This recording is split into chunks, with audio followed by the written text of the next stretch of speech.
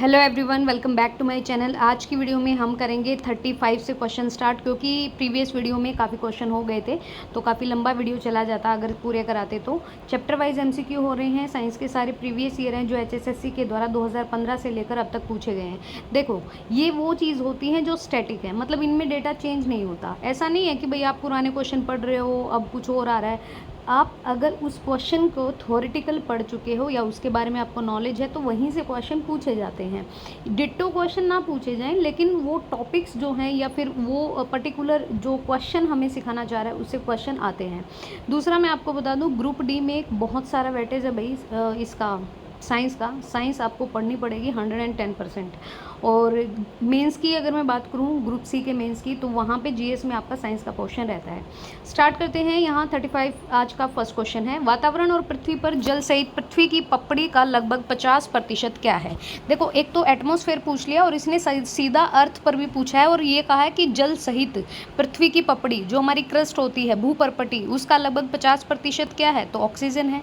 Oxygen 46.6%, silicon जो है हमारा वो 27.7, एल्यूमिनियम 8.1 और जो हमारा आयरन है वो 5%। कांसा मिश्रण है। कांसा किस चीज़ का मिश्रण होता है, इसमें कॉपर और टीन होता है। ठीक है, कांसा एक मिश्र धातु है जिसमें तांबा और टीन मिश्रित होता है। कॉपर हो गया भाई, कॉपर को ही तांबा कहते हैं। तो कांसा एक क्या है, ब्रोंज क्या है, ये एक अलॉय है, एक मिक्सचर है जिसमें आपका कॉपर होता है और टिन दोनों का मिश्रण होता है। मानव द्वारा उपयोग किया जाने वाला पहला धातु तो ऑब्वियसली तांबा था और पाषाण युग के बाद ताम्र युग का आरंभ हुआ था। लगभग 9000 बीसी के आसपास कॉपर का आविष्कार हुआ। मानव ने भी सबसे पहले जिस धातु का उपयोग किया वो किया था तांबे का। ठीक है, नेक्स्ट है, किस खनिज पदार्थ को सबसे कठोर माना जाता है। अगेन ये इसी स्लाइड में, मतलब कल और आज में चौथे से पांचवी बार आया है ये क्वेश्चन, मतलब 4-5 बार रिपीट हो चुका है। द मोस्ट हार्डेस्ट सब्सटेंस या एलिमेंट्स इज डायमंड। सबसे कठोर धातु डायमंड होती है हमारी। और फिर भाई प्लेटिनम भी आ सकते हैं। बल्ब के जो फिलामेंट में यूज़ होती है जो धातु, जो टंगस्टन है, वो भी आपकी कठोर धातु में आएगी। तो तीनों में से कोई आए, वैसे आपको हीरे को प्रेफरेंस देनी है, डायमंड प्रोमिनेंट रहेगा। फिर आपका डायमंड नहीं है तो प्लेटिनम लगा सकते हो, वो भी नहीं है तो टंगस्टन लगा सकते हैं। निम्न में से पारे का मुख्य अयस्क का है, तो पारे का अयस्क इनमें से नहीं है। बॉक्साइड का आपको पता है एल्यूमिनियम का होता है, ये हेमेटाइट आपका लोहे का होता है। तो पारे का जो अयस्क होगा वो होगा सिनेबार, और जो लोहे का अयस्क होगा वो होगा हेमेटाइट। एल्यूमिनियम का अयस्क बॉक्साइड है और शीशे का जो अयस्क है वो होता है गैलेना। नेक्स्ट है, पोषक मैग्नीशियम पाया जाता है किस में, तो पोषक मैग्नीशियम की बात करें तो ये होता है डोलोमाइट में। कैल्शियम आपका जिप्सम में पाया जाएगा और पोषक मैग्नीशियम जो है वो डोलोमाइट में पाया जाएगा। निम्न में से किस धातु का गलनांक सबसे कम है, तो ऑब्वियसली पारा। पारा हमारे रूम के टेम्परेचर पर क्या होता है, लिक्विफाइड फॉर्म में होता है। और इसी धातु का गलनांक क्या है, सबसे कम होता है, तो मरकरी यहाँ पे करेक्ट रहेगा।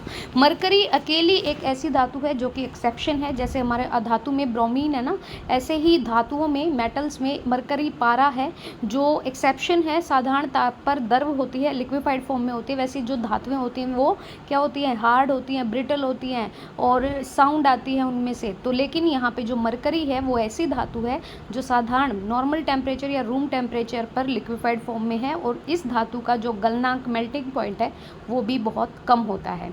निम्न में से कौन से खनिज में ऑक्सीजन नहीं है, बॉक्साइड, कैल्साइट, क्रायोलाइट या हेमेटाइट। ऑक्सीजन नहीं है खनिज में, ये है क्रायोलाइट।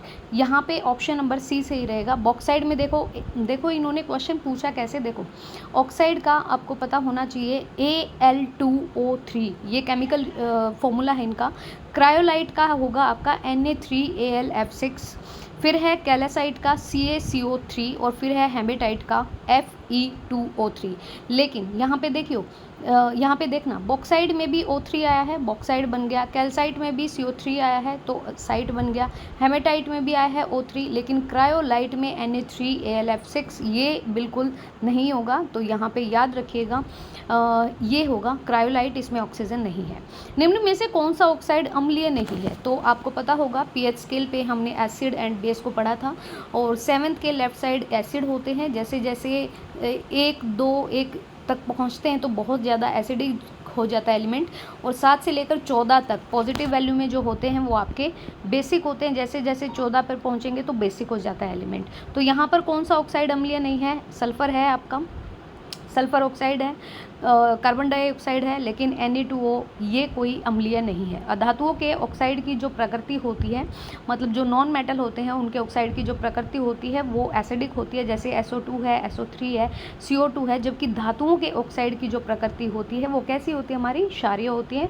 तो सोडियम क्या है हमारा, Na2O, ये क्या है, एक तरीके का अम्ल नहीं है, ये कोई एसिडिक नहीं है, एसिड नहीं है, तो Na2O यहाँ पे करेक्ट रहेगा। सौर ऊर्जा रूपांतरण के लिए क्या चीज़ आवश्यक होती है, तो ऑब्वियसली ये होगा सिलिकॉन। ये आपको पता भी होना चाहिए, सिलिकॉन एक सेमीकंडक्टर है हमारे पास, मतलब ना मेटल है ना ही नॉन मेटल है, अर्धचालक होता है जिसका उपयोग सोलर सेल निर्माण में किया जाता है। जितने भी आपकी ये सोलर सिस्टम है ना, मतलब सूर्य से लाइट लेकर सौर ऊर्जा उत्पन्न कर रहे हैं, इसमें सिलिकॉन बहुत महत्वपूर्ण है। सबसे कम भारी धातु कौन सी है, सबसे भारी का आपको पता होना चाहिए, ऑस्मियम होती है। और सबसे कम भारी, अरे एक सेकेंड, सबसे कम भारी पारा, चांदी, लोहा, सोना, एक सेकंड रुकिए। अच्छा ठीक है, घनत्व है भाई, यहाँ पे घनत्व पूछा गया है, वैसे सबसे कम भारी धातु, ठीक है।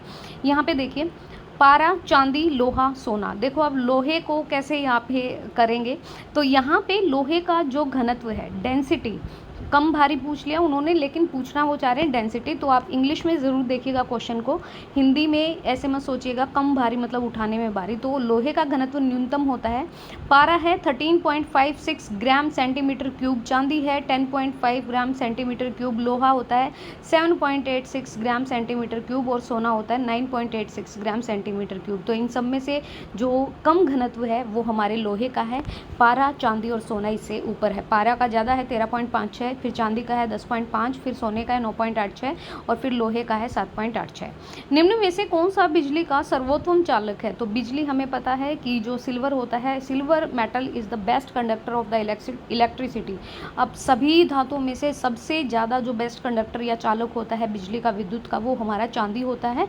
और भविष्य की धातु किसे बोला जाता है, एल्यूमिनियम को बोला जाता है। नेक्स्ट है पीतल एक मिश्रण है, अभी हम कांसे का पढ़ के आए थे ना, ब्रॉन्ज का, हाँ कांसे का अभी हम पढ़ के आए थे। तो यहाँ पर पीतल का पूछ लिया, पीतल एक अलॉय है, तांबे और किसकी, जिंक की। इसको पिताजी से याद रखिएगा, पी से मतलब पीतल, ता से तांबा और जा से जिंक। आपको अच्छे लगे तो ट्रिक बताइएगा। तो यहाँ पर जो पीतल है वो एक अलॉय है, मिक्सचर है कांसे की तरह, तांबे और जिंक का। तो ऑप्शन नंबर डी यहाँ पे करेक्ट है। तांबा प्लस टीन कांसा बनाते हैं और तांबा और जिंक क्या बनाते हैं, पीतल।